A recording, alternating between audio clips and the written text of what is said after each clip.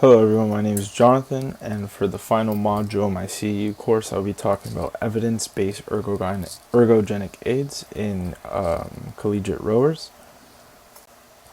So, the learning objectives is to understand the mechanisms and effectiveness of legal ergogenic aids, identify practical applications for collegiate rowers, and evaluate safety, dosage, and timing based on research on these ergogenic aids.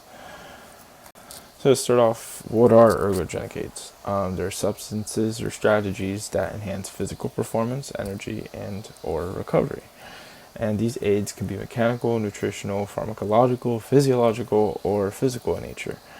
And essentially, in this module, the focus here is for ergogenic aids that are, once again, legal and research-supported aids. So it was proven.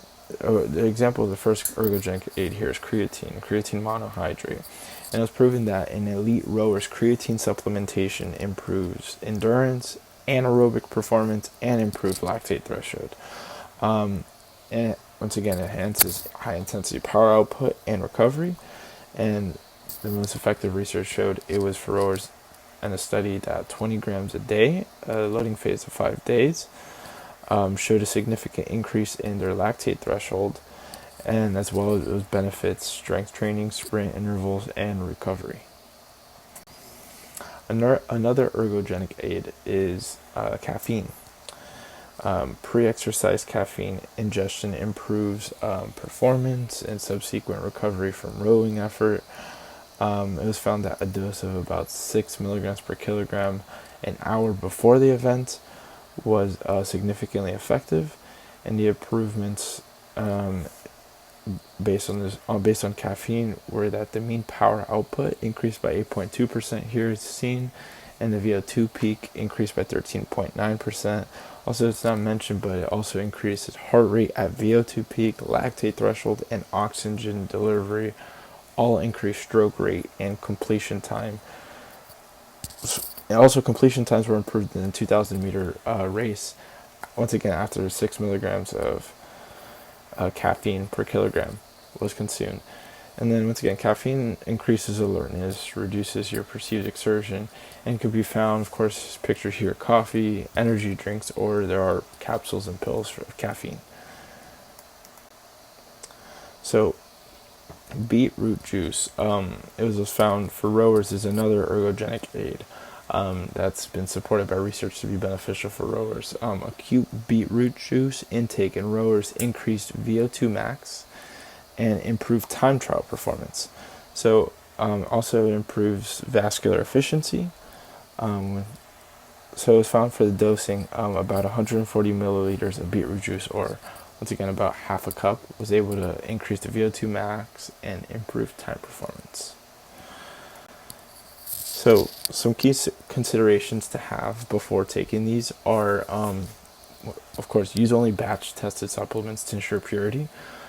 Track individual responses because for performance and side effects, everyone's different.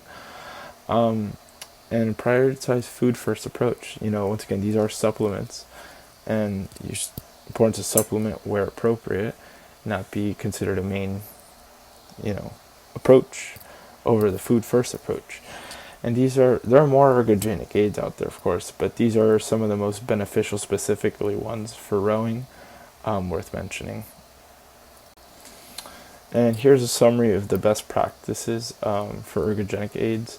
Essentially, you want to choose evidence-based aids like creatine, caffeine, beetroot juice here today. I know beta-alanine is also another heavily researched ergogenic aid.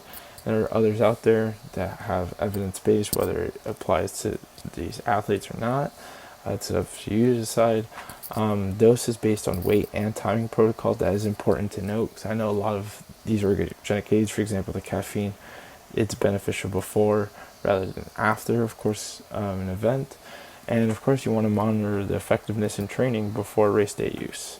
And once again, it's important to always consult with the medical staff or sports nutritionist on a team regarding ergogenic aid and how it will personally impact you and your performance.